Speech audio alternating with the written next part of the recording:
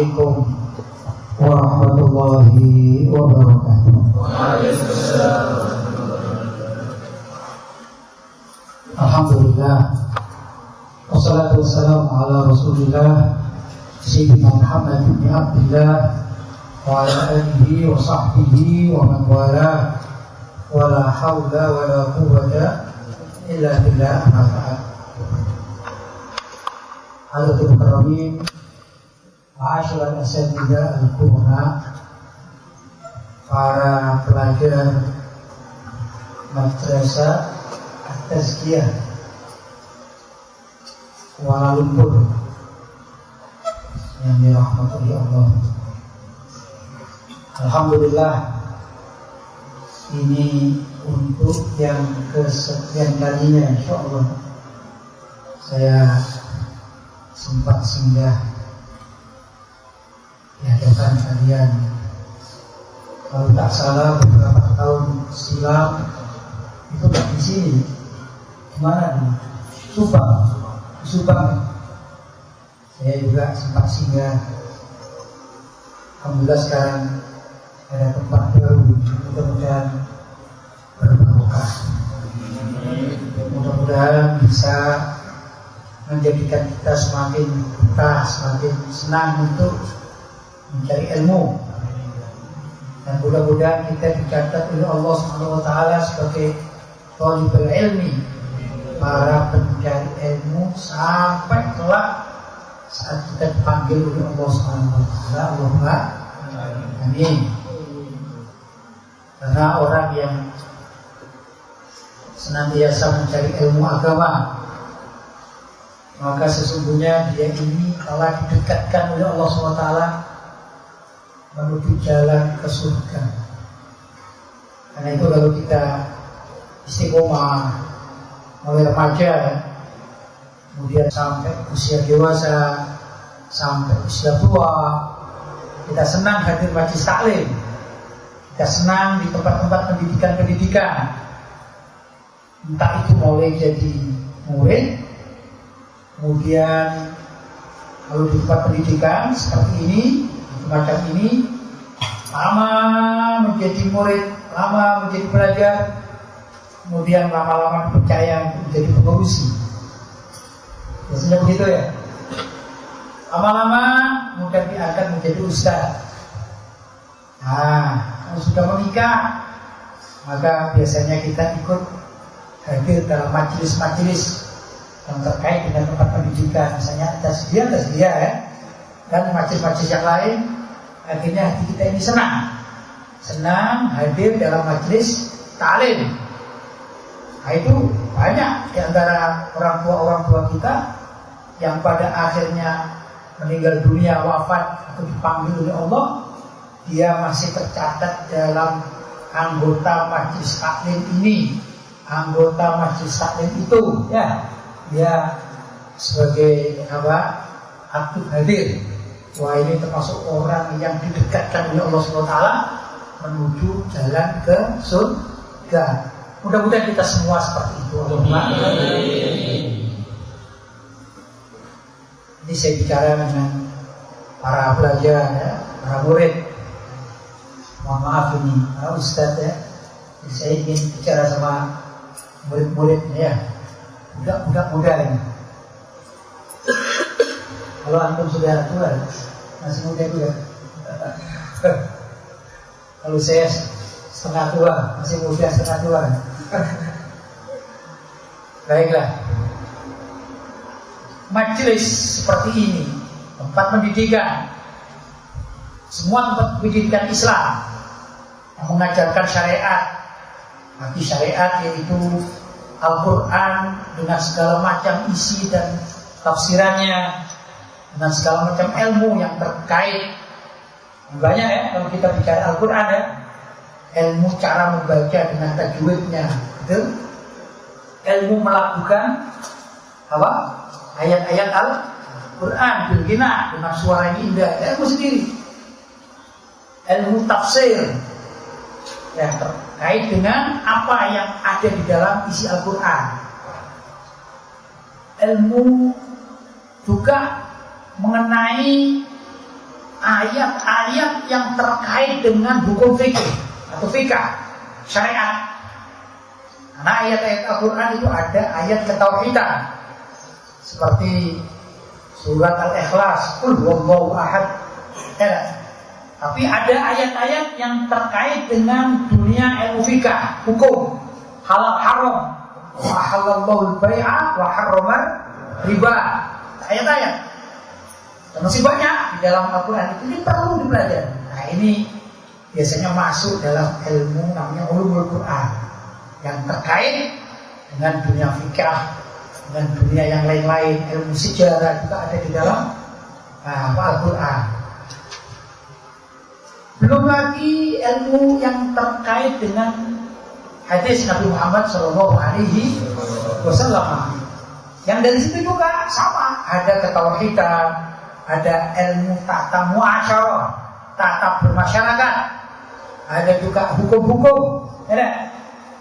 Hasil di dalam dunia pendidikan seperti yang kalian sekarang ada di dalamnya ini, biasanya mempelajari syariat Islam. Di syariat Islam itu terdiri dari isi kandungan ayat-ayat Al-Quran dengan segala macam variannya, macam-macamnya. Ya. Al-Quran juga tadi masih belum ada ilmu tentang khatul Quran, ya, tata cara menulis Al-Quran. Ini juga ada ilmunya sendiri. Ya. Pokoknya banyaklah yang terkait dengan Al-Quran. Karena Al-Quran ini sumber ilmu. Dan juga ilmu yang terkait dengan hadis Nabi Muhammad SAW, ada luwak atau bahasanya, keindahan bahasa hadis Nabi Muhammad SAW. Ini semua terkandung, tercakup dalam istilah syariat Islam. Nah, para murid yang dirahmati Allah, kita alhamdulillah kita masih diberi oleh Allah SWT hati yang senang untuk bergabung dalam dunia pendidikan Islam. Ini adalah filter. Apalagi zaman sekarang ya. Apa filter itu? Penyaring. Filter itu penyaring. Kalau kita akan membuat minuman gitu ya, apa itu tea, apa itu kopi ya. Nah, itu kan ada saringan gitu ya. Nah, itu kalau air minumnya ingin jernih, saring dulu kan. Ya. Nah, maka pendidikan seperti ini, majelis taklim, madrasah, ya, ini adalah filter dari kehidupan. Kehidupan di masyarakat luar biasa, apalagi zaman sekarang. Segala macam kehidupan dunia itu ada. Mulai kehidupan dunia yang positif. Apa kehidupan dunia yang positif itu? Misalnya seorang ayah bekerja untuk mencari nafkah, ya, yang hasilnya dipergunakan untuk istri dan anak-anaknya. Apalagi kalau anak-anaknya belajar di madrasah-madrasah, majlis-majlis taklim, bukan positif. Bekerja yang positif. Tapi ada juga bekerja yang negatif. Apa misalnya bekerja yang negatif? Ya, seorang pekerja tapi bekerja sebagai pencuri. Pencuri itu ada ilmunya, ya.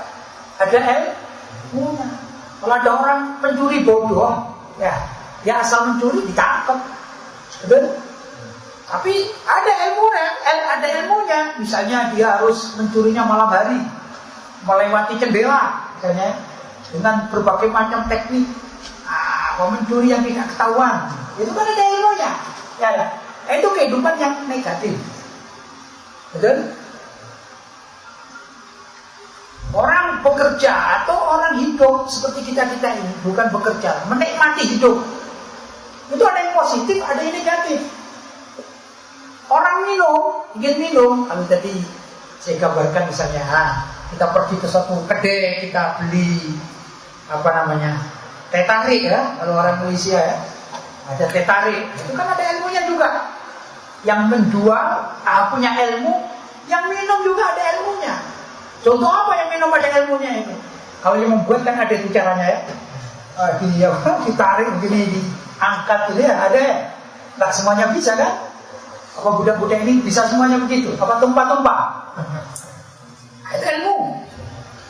Tapi minum teh tarik pun ada ilmunya. Gak boleh waktu panas sekali itu kita minum, sakit semua. Harus apa? Didiamkan dulu. Itu kan ilmu. Nah itu positif. Walaupun urusan makan dan minum ini positif. Ya. Tapi ada minum yang negatif. Apa itu? Minum arak misalnya. Kan negatif. Minum narkotika, ya, minuman-minuman yang memabukkan. Ini kan menjadi haram. Ini kita harus tahu ilmunya. Ya. Loh, bagaimana harus tahu ilmunya? Ya, kata seorang penyair begini. Araftu syarra la li syarri, walakin li tawaqqihi, wa man lam ya'rifu syarra min asy-syarri waqa'a fihi. Yang artinya saya memahami dunia kejahatan. Bukan untuk berbuat jahat. Barang siapa yang tidak tahu suatu kejahatan ini termasuk dari kejahatan yang besar, dia tidak tahu, maka dia akan terjerumus ke dalamnya. Contoh misalnya, ada daun apa ya di sini namanya? Daun ganja. Daun apa di sini? Ganja juga ya. Ada daun kates, ada kates itu pepaya ya. Ada daun pepaya, ada daun ganja. Kalau daun pepaya itu tidak membahayakan, ya. Atau juga daun bayam. Daun bayam dimakan enak kan? Ya, dibuat kuah kan gitu. Namanya daun, sama-sama daun. Kalau orang tidak tahu ilmu dedaunan, dia tidak tahu. Tiba-tiba dia menemukan satu daun, dia masak, dia makan, ternyata itu daun ganja. Apa yang terjadi? Dia mabuk. Kalau mabuk seperti itu dosa kan? Dosa. Karena tidak tahu dia. Tapi tatkala dia bisa membedakan, oh ini daun bayam, oh ini daun ganja, maka untuk mengetahui bahwa ini daun ganja, maka harus ada ilmunya. Ya, itu namanya arafus syarra. Aku mengetahui suatu kejahatan. Lalu syarri, bukan aku dengan tahu kejahatan itu akan cari ganja, tidak.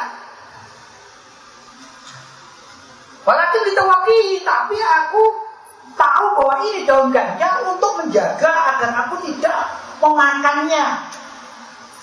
Ya? Oh ini daun ganja. Oh ini minuman yang baik.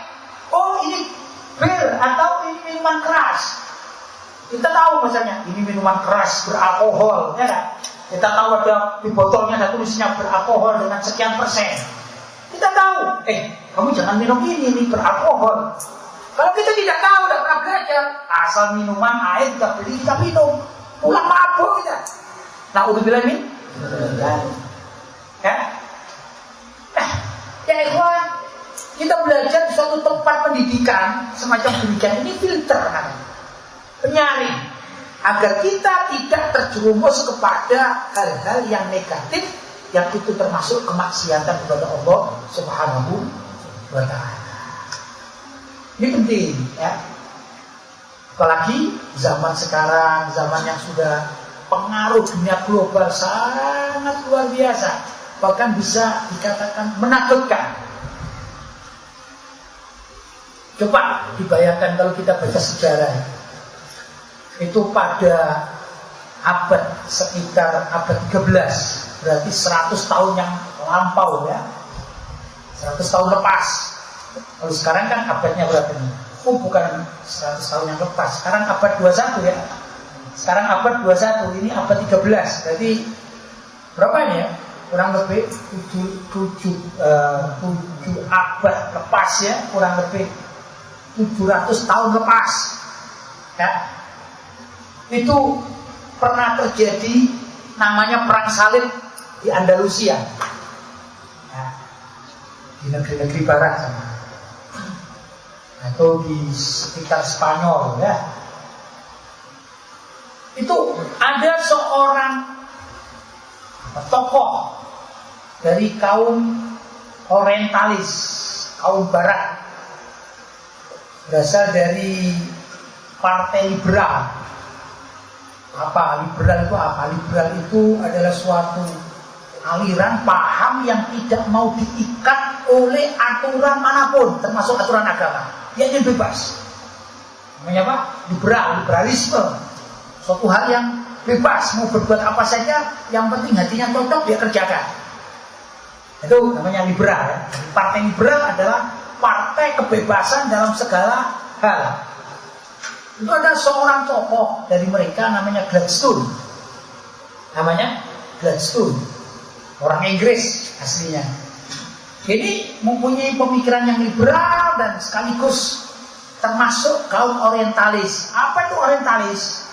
Kaum orientalis adalah orang-orang barat yang mempelajari dunia keislaman. Mereka mempelajari dunia keislaman bukan untuk diamalkan, bukan untuk masuk agama Islam. Tapi mereka berupaya untuk mencari kesalahan-kesalahan yang menurut standar mereka. Umat Islam tidak salah menurut standar mereka. Maka diungkap. Kalau sudah diungkap, tujuannya agar umat manusia itu tidak suka terhadap agama Islam. Nah, ini pekerjaan orang-orang orientalis. Orientalis adalah orang barat yang mempelajari keislaman bukan untuk diamalkan, bukan untuk diyakini, bukan untuk masuk agama Islam, tapi tujuannya untuk merusak Islam dari dalam. Maka Gladstone ini mengadakan istimewa. Istimewa ya, perkumpulan ya, kalangan orang-orang orientalis. Mereka mempelajari, mereka tahu Al-Quran, mereka tahu hadis. Kalau di Indonesia itu di zaman penjajahan Belanda itu ada seorang namanya Snok Huglonya. Snok Huglonya ini hafal Quran, hafal hadis. Dia pernah belajar bahasa Arab di Saudi Arabia zaman itu. Oh, bahasa Arabnya luar biasa, kita kalah gitu. Tapi dia tetap kafir, dia tidak Muslim, dia hanya mempelajari Al-Quran, hadis dan ajaran-ajaran Islam yang lainnya untuk diteliti, Sekarang juga banyak di kalangan orang-orang Barat yang datang ke pesantren-pesantren, datang ke madrasah-madrasah, ikut pengajian, bukan untuk masuk Islam, dilihat, diteliti, apa sih disampaikan oleh umat Islam begitu. Dunia intelijen, ya, dunia intelijen di kalangan orang-orang Barat. Baik, ini Gladstone mengajak kawan-kawannya sesama pemikir-pemikir Barat. Saat itu ya kumpullah di kalangan mereka konferensi ya.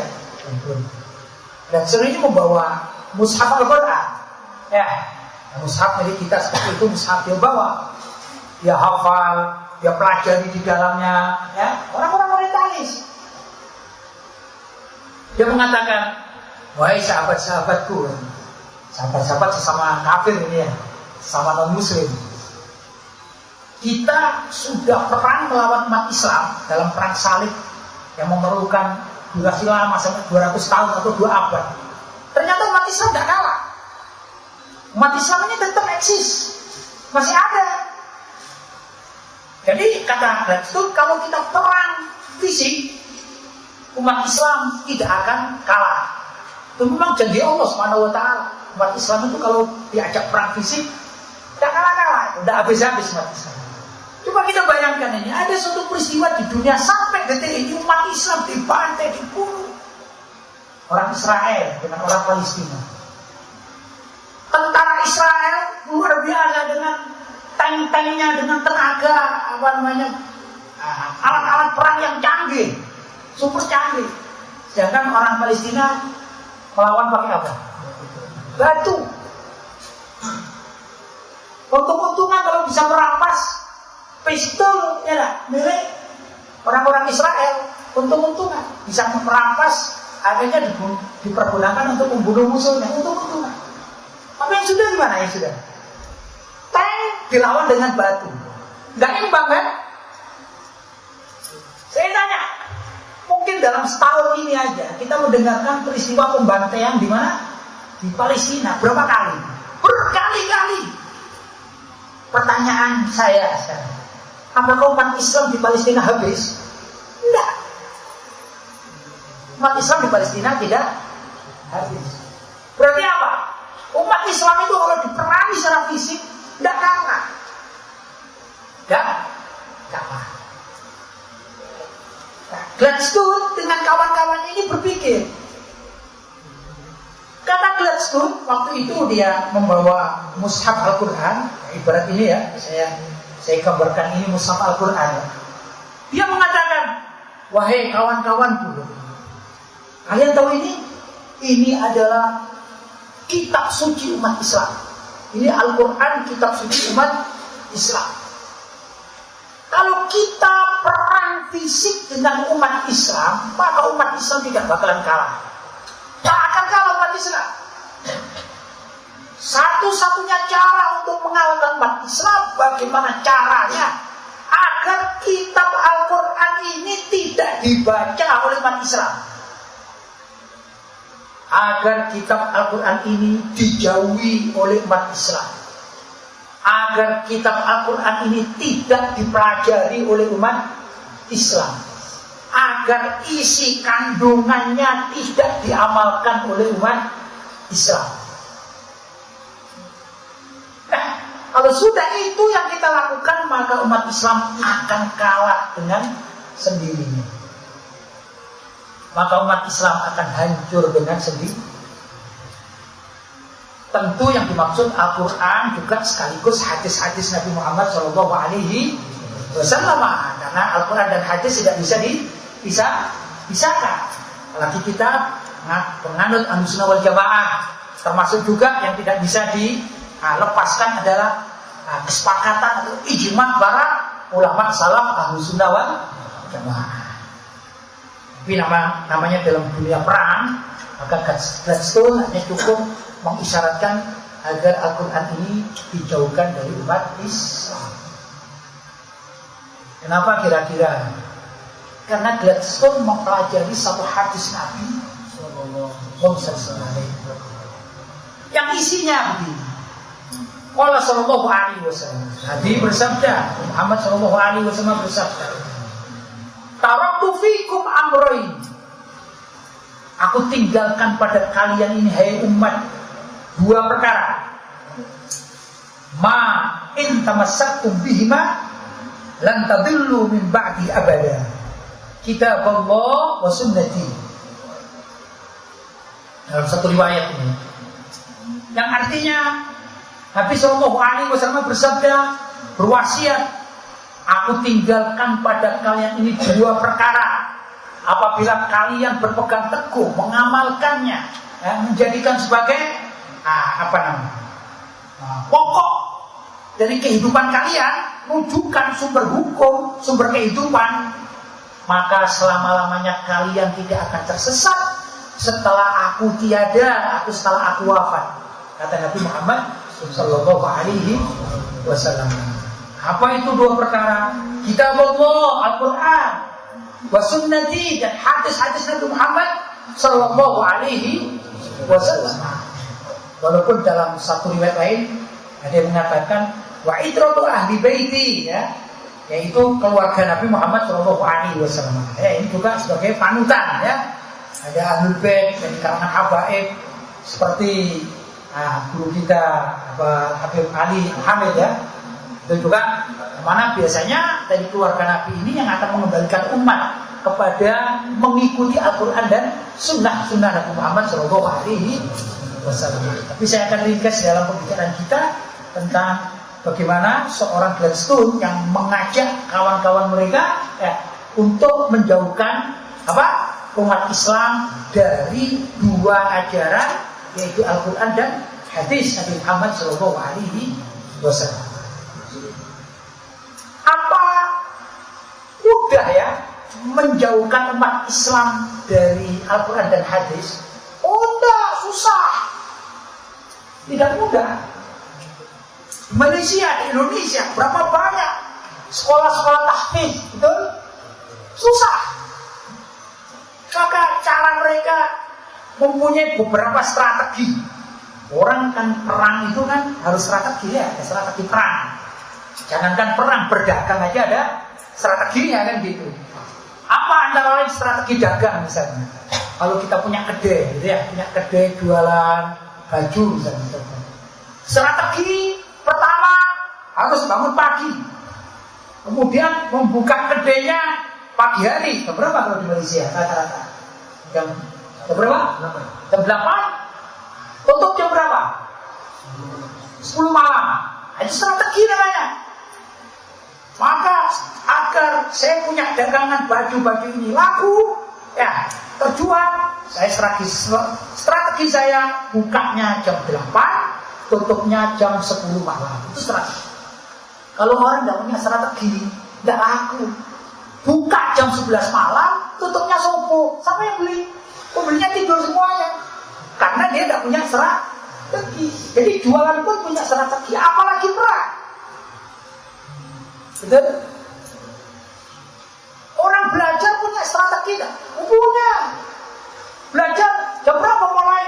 Misalnya pada subuh, ada di sini pengajian pada subuh, kuliah subuh, itu strategi. Ya. Kalau pelajar ini paling capek jam berapa biasanya? Ngantuk-ngantuknya jam berapa? Hah? Jam 11 malam? 11 malam sampai subuh. Mengaji. Datang ke kelas tidur. Itu strateginya kurang pas. Betul? Nah, itu namanya strategi. Maka perang pun mengharuskan ada strategi. Nah, orang-orang orientalis menggunakan banyak strategi. Antara lain, yang istilah mereka itu 4F kan. Antara lain ini ya. F pertama namanya fun.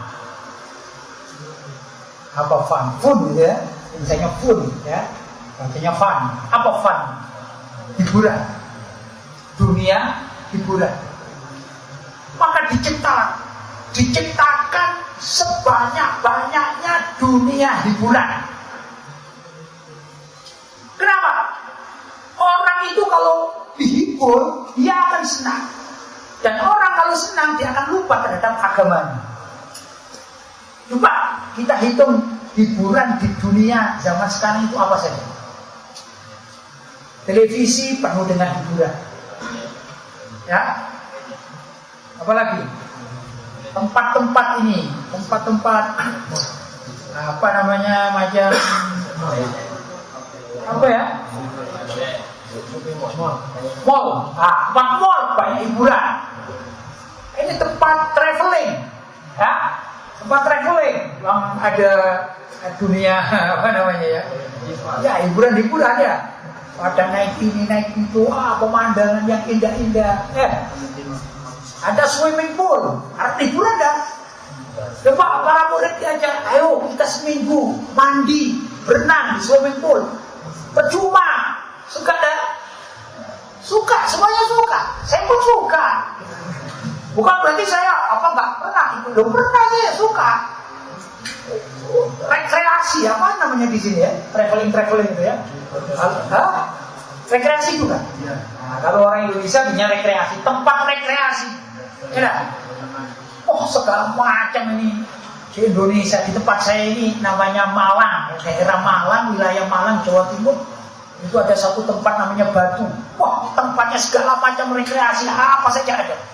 Ini dunia. Itu dari segi rekreasi yang langsung sifatnya fisik. Fun, hiburan. Kemudian acara-acara. Kalau acara-acara televisi misalnya, ada lawak, hiburan bukan? Ada apa lagi ya? Musik, hiburan dah. Tontonan-tontonan, hiburan dah. Itu belum lagi dunia anak sekarang pakai ini. Apa ini namanya ini? Handphone yang dimainkan apa namanya? Game over. Ya. Apa namanya di sini? Ya itulah ya. Hiburan bukan?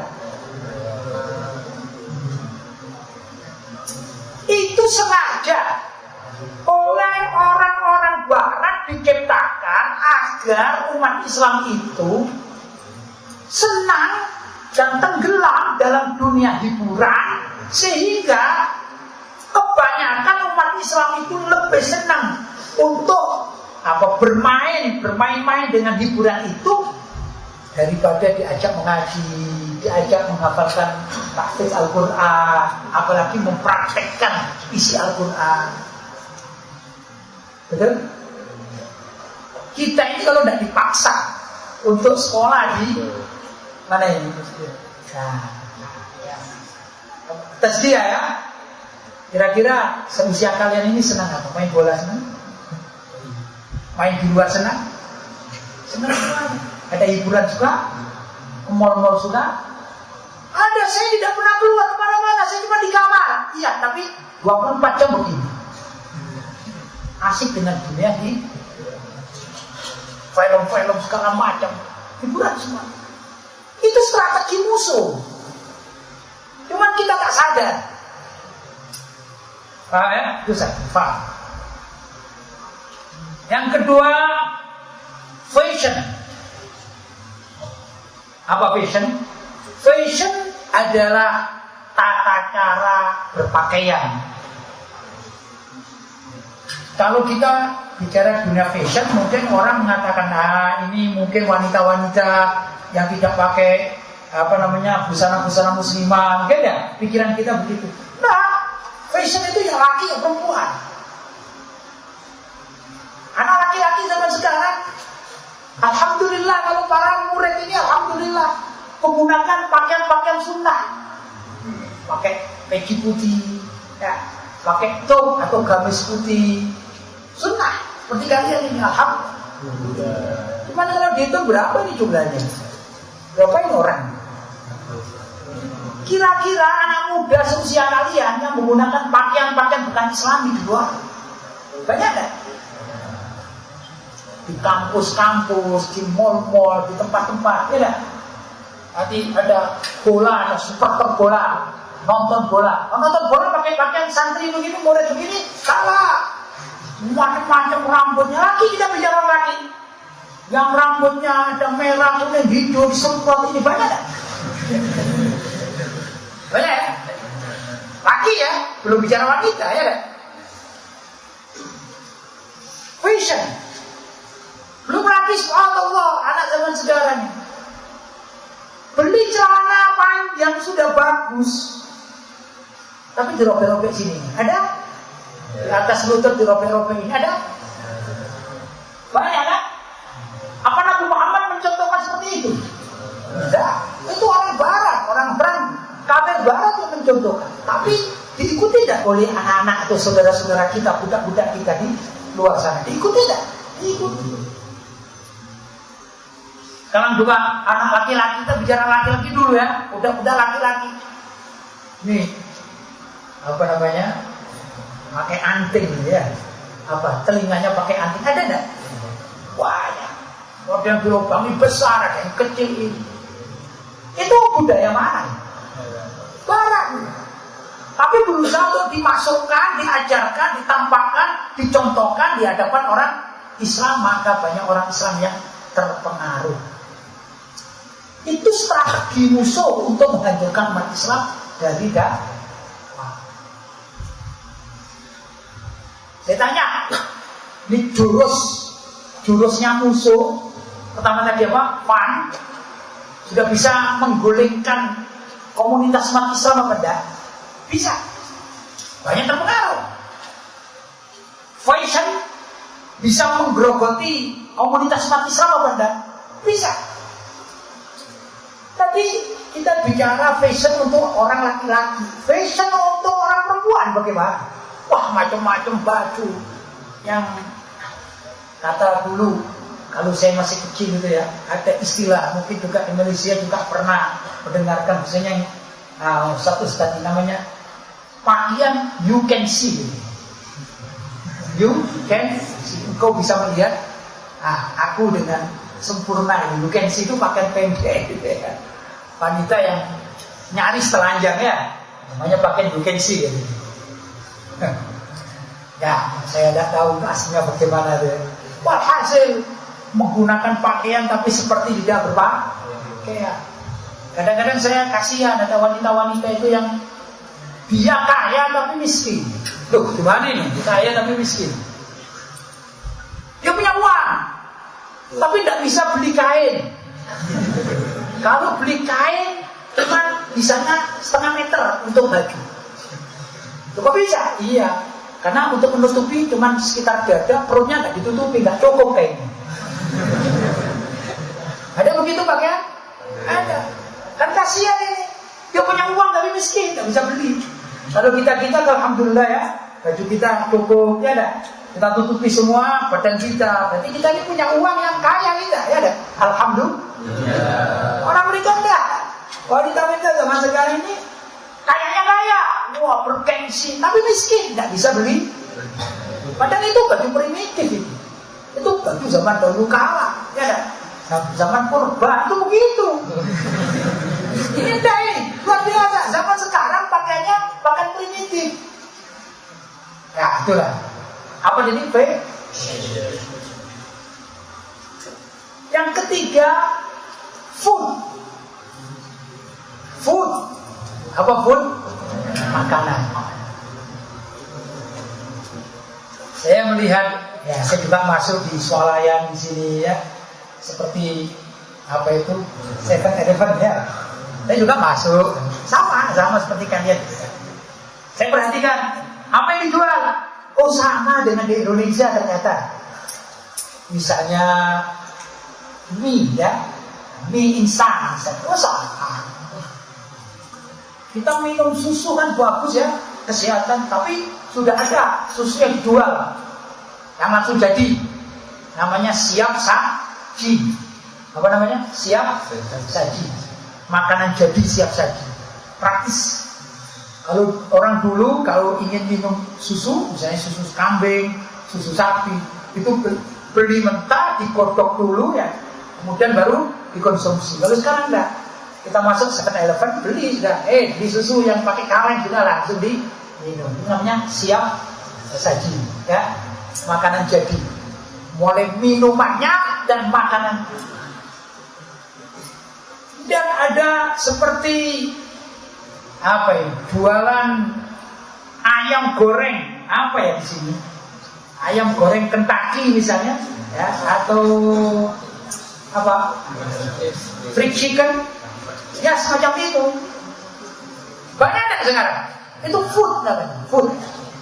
Loh, orang barat, orang orientalis barat yang ingin merusak Islam dari dalam juga menggunakan strategi food ini untuk menghancurkan umat Islam. Cuma kita tidak sadar. Kok bisa? Ya, saya tanya. Orang makan daging babi halal apa haram? Haram. Kalau orang makan daging ayam halal apa haram? Halal. Belum tentu. Belum. Tergantung cara menyembelih. Kalau ini ayam disembelih, bismillahirrahmanirrahim, lehernya sembelih. Mati karena disembelih.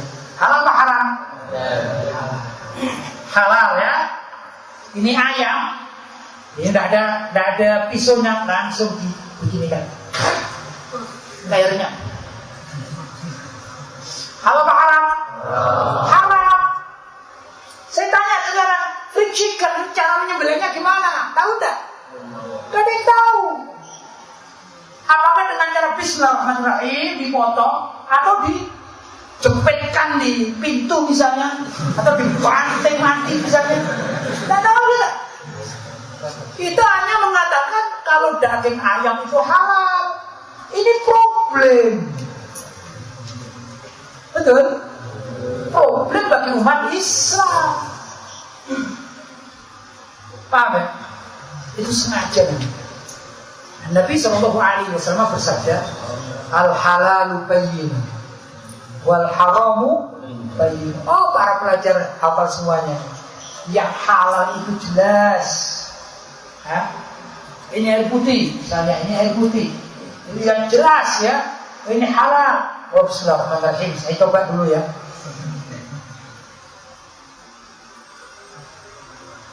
Alhamdulillah, yang halal itu enak ternyata. Wal haram bayyinun. Yang haram itu jelas. Ada kucing jalan, kita pegang, kita sembelih, kita bakar, kita sate. Halal apa haram? Haram, jelas. Yang halal jelas, yang haram jelas. Wa ma bainahuma umurun mustabihat. Di antara yang halal dan yang haram ada perkara yang syubhat. Ada perkara yang syubhat. La ya'rifuha katsirun minan nas. Banyak atau mayoritas masyarakat itu tidak tahu. Ini halal apa haram? Tidak tahu. Beli ayam apa? Ayam goreng paha, beef chicken dan segala macam, ya. Ditanya, ini halal enggak? Halal, yang belinya. Oh itu saya nggak tahu. Loh kok nggak tahu? Ya itu masalahnya saya nggak tahu itu. Yang dibeli orang Islam pakai Bismillah. Wallahu a'lam. Oh itu ya tempatnya kayak begitu ya. Punya orang-orang Barat. Apalagi makan makanan gitu tuh KFC, terus McDonald ya. McDonald apa dan macam lah banyak ya. Tahu nggak kita yang beli siapa? Nggak tahu. La ya'rifu katsirun minan nas. Banyak orang yang nggak tahu sumbernya bagaimana.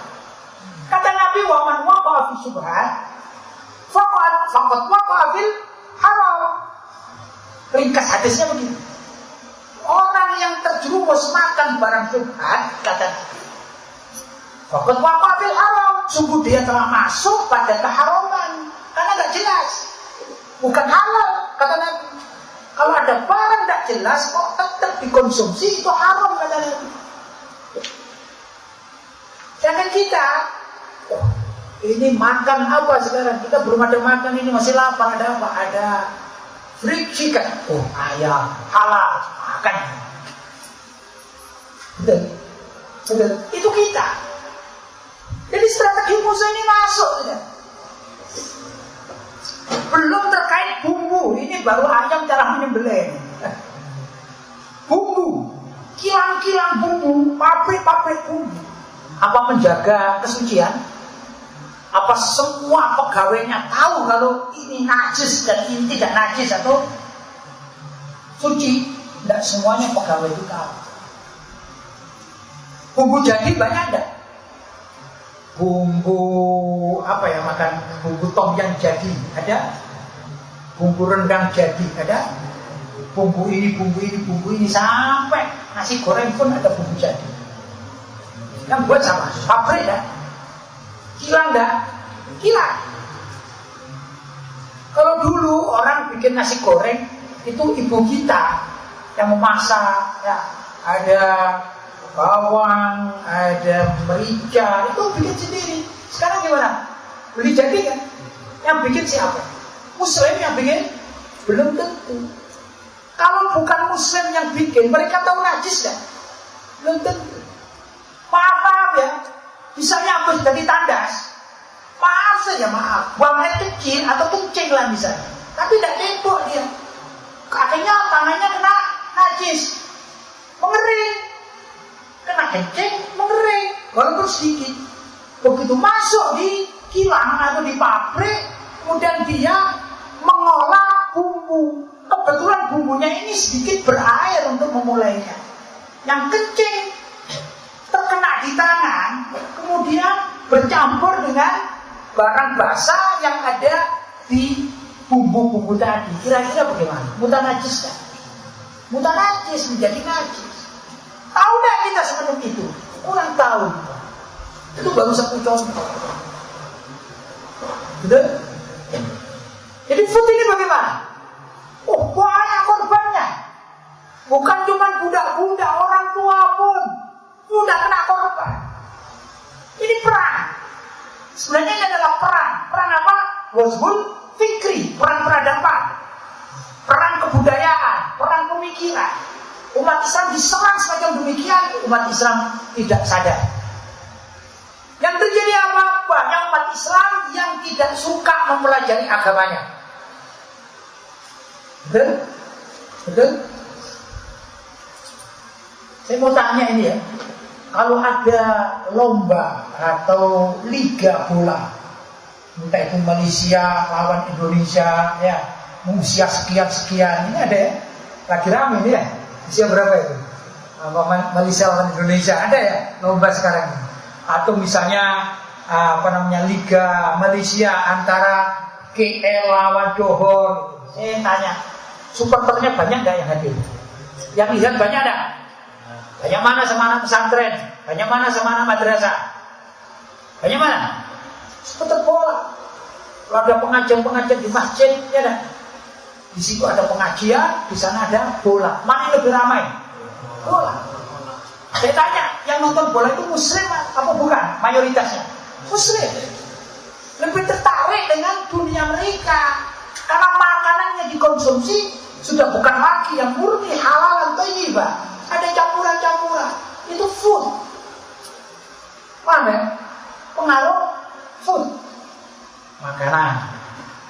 Yang tadi pertama fun, kemudian fashion, kemudian food. Yang terakhir fight. 4 saya katakan 4F ya. Fight. Fight itu pemahaman yang menyimpang, pemahaman, aliran atau golongan-golongan. Ya. Tahu orang Malaysia ya? Kalian tahu golongan ya? Golongan atau aliran, ya ada satu pemahaman ya. Ahlus Sunnah wal Jamaah itu satu pemahaman, satu kelompok besar.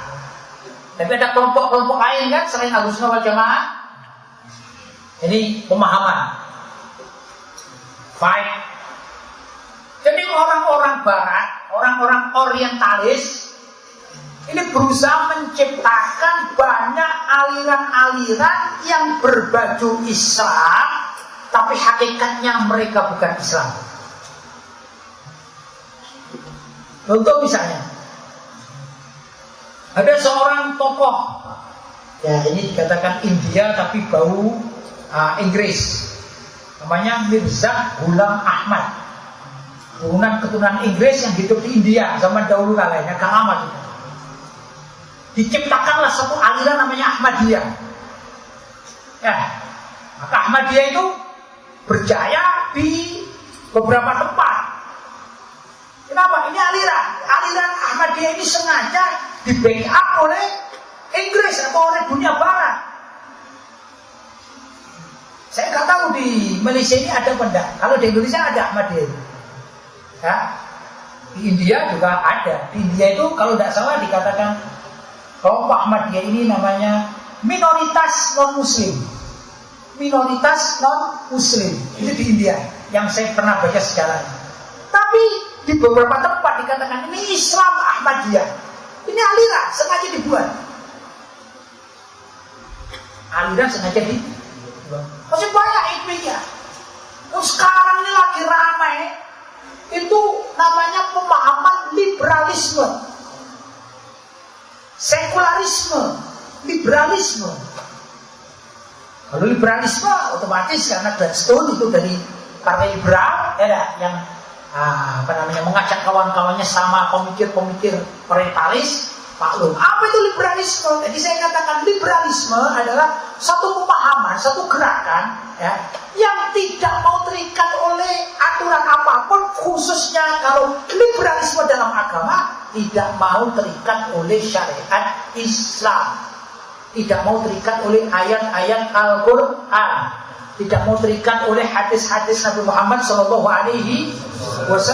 tidak mau terikat oleh hasil ijma' kesepakatan para ulama salaf, tidak mau terikat oleh hasil kias para ulama salaf. Mereka bikin jalan sendiri, mereka bikin pemahaman-pemahaman sendiri. Misalnya ada suatu ayat ya, ditemukan, oh ayat ini sebut saja ayat tentang pembagian warisan lidzakari mithlu hadzil unsayain, bahwa warisan itu bagi anak laki-laki mendapatkan 2 kali lipat dibandingkan anak perempuan. Maka mereka lupa. Katanya begini, loh, Ini kan sama-sama anak, ya dah. Kok bisa kalau ayah atau ibunya mati, anaknya yang laki dapat 2 bagian, anak perempuan dapat 1 bagian? Ini tidak adil, kata mereka. Yang adil itu harus sama. Dibagi misalnya ada uang berapa ya? 100 ringgit, ya harus bagi 2. Gimana cara baginya? 50 ringgit untuk anak laki, 50 ringgit untuk anak perempuan. Itu baru adil, kata mereka. Padahal Al-Quran menerapkan tidak begitu. Lidzakari itu hadil saya ya dah.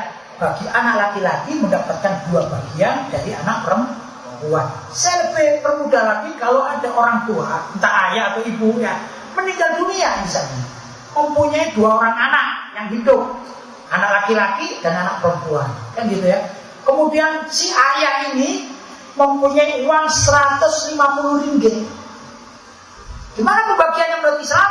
Maka anak laki-laki dapat 100 ringgit, anak perempuan dapat 50 ringgit. Itu aturan syariat, aturan Al-Quran. Hikmahnya apa? Ya, hikmahnya karena anak laki-laki kalau menikah dia punya istri. Beda. Nah, uangnya untuk menghidupi istrinya. Kalau punya anak, maka uang dari 100 ringgit itu untuk menghidupi istri dan anaknya. Sedangkan anak perempuan kenapa dapat separuh, setengah, ya, atau dapat 50 ringgit? Karena kalau dia menikah, dia ditanggung suaminya. Paham ya? Maka cukup mendapatkan 50 ringgit. Sedangkan suaminya bisa dapat 1000 ringgit dari pekerjaannya. Paham? Ini hikmahnya. Orang orientalis, orang liberal tidak begitu. Wah, nggak adil. Kita tidak perlu dengan syariat Islam karena nggak adil. Bagaimana tidak?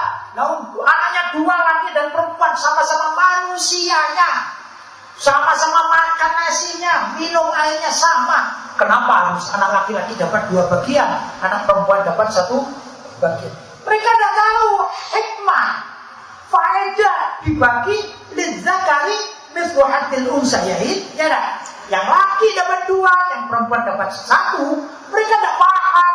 Mereka akan mengatakan adil menurut pemikiran mereka. Itu namanya orang liberal yang tidak mau terikat oleh aturan syariat. Nah, jelas ya? Loh, aliran pemahaman semacam demikian ini marak sekarang. Zaman sekarang ini marak. Mau di internet, mau di kehidupan nyata, ya dah.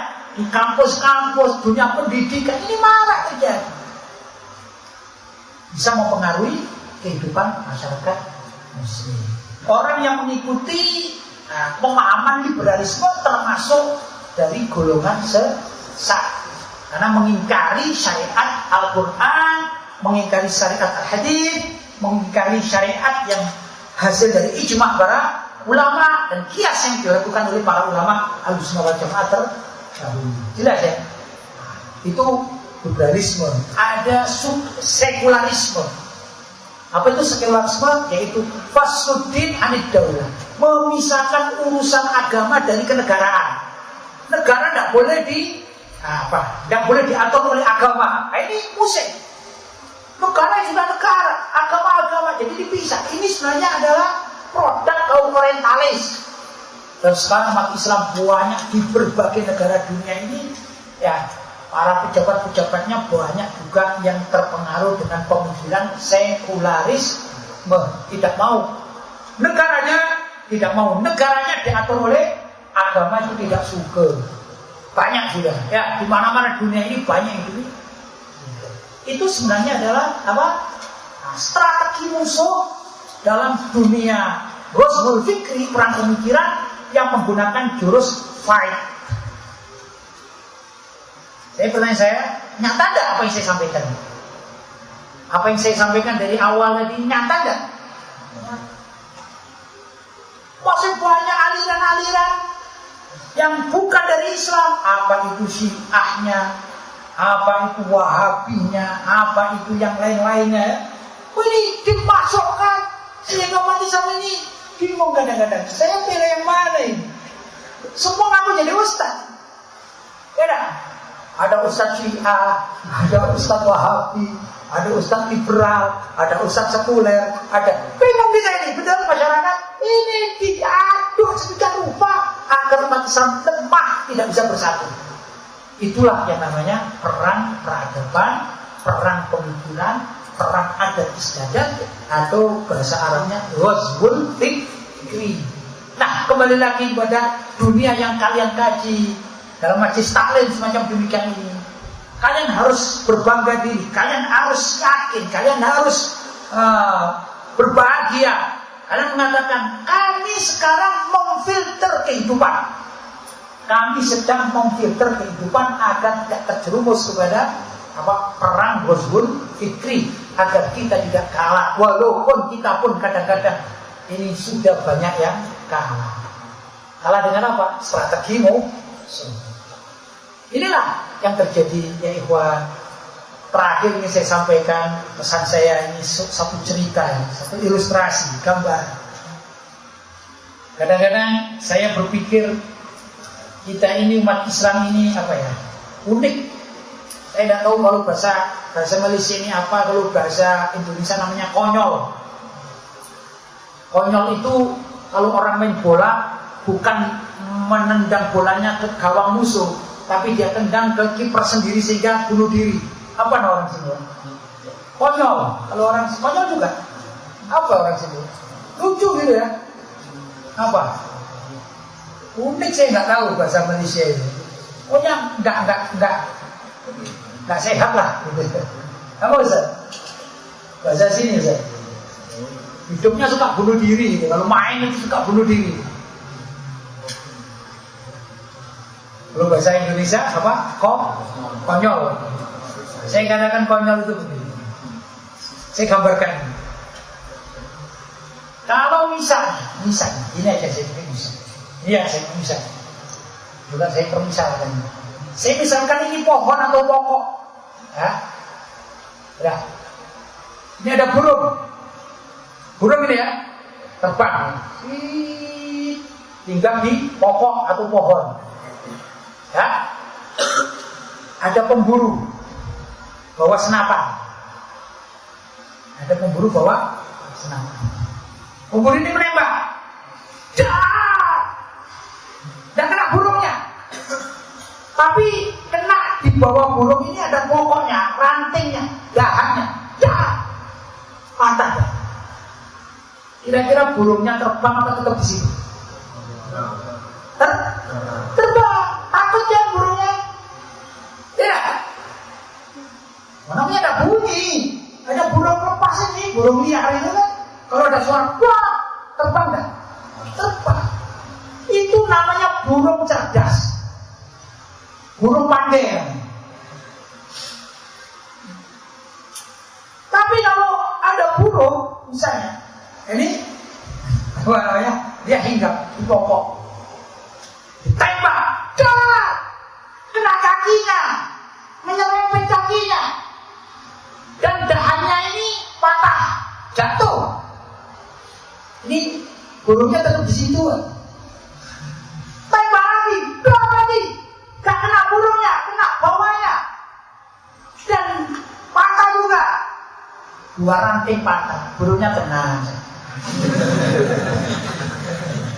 Ini burung mabuk. Tembak lagi, 3 kali. Subhanallah, kena sayapnya. Burungnya tetap tidur.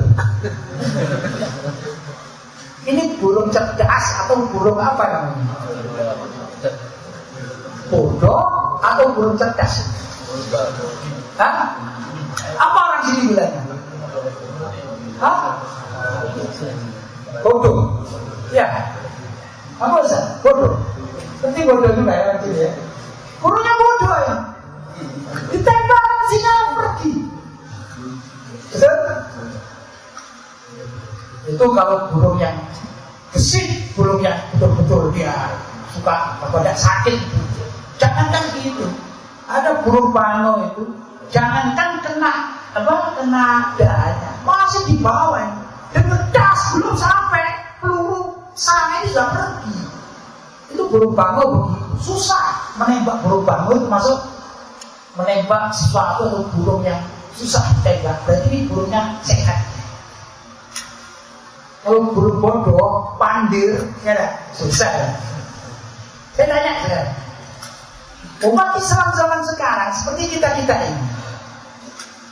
tadi sudah dikasih tahu apa peluru orang-orang non-Muslim, peluru dari orang-orang Barat untuk menghancurkan umat Islam. Apa pertama? Fan. Sudah dikasih tahu fan, itu peluru. Jangan dekat-dekat dengan fan. Kira-kira ini para pelajar kalau liburan masih pergi ke dunia fan, dunia fantasi, dunia hiburan, masih ada kesempatan main game bot ini ya. Kira-kira main game bot? Hah? Gimana kira-kira? Masih main? Gak ada main bola di dekat-dekat sini, ada supporter bola, masih ikut? Kalau ikut itu ibarat burung yang tidak cerdas. Gimana? Betul? Kan udah ditembak, dar dengan peluru pan. Ternyata kitanya masih tidak apa-apa, tembak saja saya. Apa? Kedua, peluru apa lagi? Passion. Ini mah anak-anak muda. Alhamdulillah kalau sekarang nggak ada. Tapi saya nggak tahu kalau di rumah masing-masing ya, kalau liburan, ya. Nggak tahu saya kalau cuti, ya nggak tahu. Apakah kalau di rumah pakaiannya seperti ini? Apa pakaian yang modern-modern itu? Gimana? Saya tanya saja, pernah nggak dalam hadis Nabi ajaran yang mengatakan begini, hai para pemuda, kalau kalian beli kaos, carilah kaos yang ada tulisan nomor 10, nomor 1, punyanya pemain-pemain bola itu. Ada enggak ajaran itu? Itu ajaran siapa? Orang barangnya. Kira-kira kita di kamar kita ada enggak? Hah? Sunnah Messi? Ya, ada Messi. Kaos Messi. Apalagi Ronaldo. Nomor 1, 2, 3, 4. Itu kehidupan kita. Itu peluru orang-orang di luar Islam untuk merusak kita. Kira-kira kalau kalian punya 5 baju bola seperti itu, disuruh buang sama gurunya, buang. Ini karena bukan baju Islami, kita buang apa kita simpan? Ini berat burung ditembak lagi 2 kali. Ya biarlah, ada apa-apa. Kira-kira kita ini burung yang cerdas atau bagaimana kira-kira? Pengaruh dunia perang Rasul itu. Yang ketiga pelurunya apa? Food. Ayo ada di antara kita. Saya juga begitu. Kalau kelaparan, kebetulan ada makan yang dibuatkan. Wah, ini ada makanan, kita beli makanan jadi apa biasanya? Makanan pop mie ya. Ada pop mie di sini. Mie yang jadi itu ada ya? Banyak. Apa tiap hari begitu? Banyak makanan-makanan yang akan kita konsumsi kecil-kecil. Ada ciki atau apa? Ya. Itu dunia kalian, betul? Kalau diberitahu kita belum tahu loh itu haram-haramnya, mungkin subhan. Kira-kira kita masih beli atau bagaimana ini? Kalau masih beli berarti seperti burung yang ditembak berapa kali sudah? 3 kali terbang pada? Tidak terbang burungnya. Yang terakhir pelurunya apa itu? Fine. Tuh, kalau kita pulang, besok-besok pulang, sudah selesai belajarnya, tiba-tiba kita ini ikut aliran Syiah, kita ikut aliran Wahabi, kita ikut aliran liberalisme, kita ikut jadi orang-orang sekularisme dan lain sebagainya. Itu berarti ditembak 4 kali burung yang masih tetap di situ-situ saja. Ini burung cerdas atau burung kurang cerdas?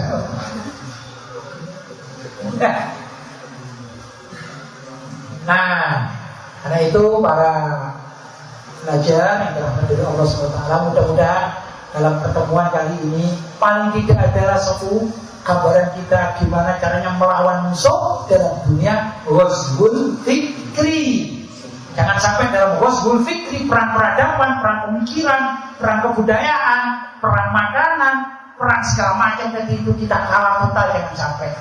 Harus ada pahlawan-pahlawan kita yang bisa menjadikan dunia kemodernan ini untuk perang melawan musuh. Harus ada. Karena musuh tidak menggunakan tembak, tidak menggunakan senapan, tidak menggunakan apa namanya?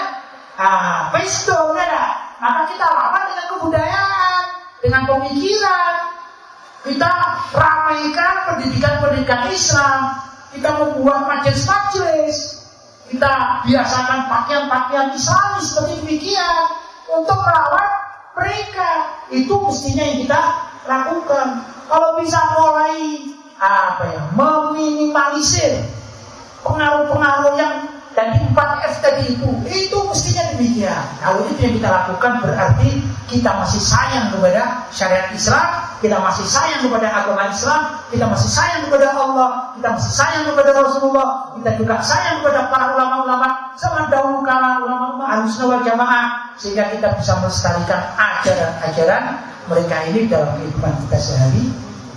Mudah-mudahan apa yang saya sampaikan ada manfaatnya. Mudah-mudahan kita terbuka hati kita untuk malam hari ini, untuk hari ini dan seterusnya. Mudah-mudahan kita jadikan orang-orang yang cinta kepada syariat Islam. Allahumma amin. Barangkali itu dapat saya sampaikan. Ada ma'abulakum wa'afuminkum. Wassalamualaikum warahmatullahi wabarakatuh.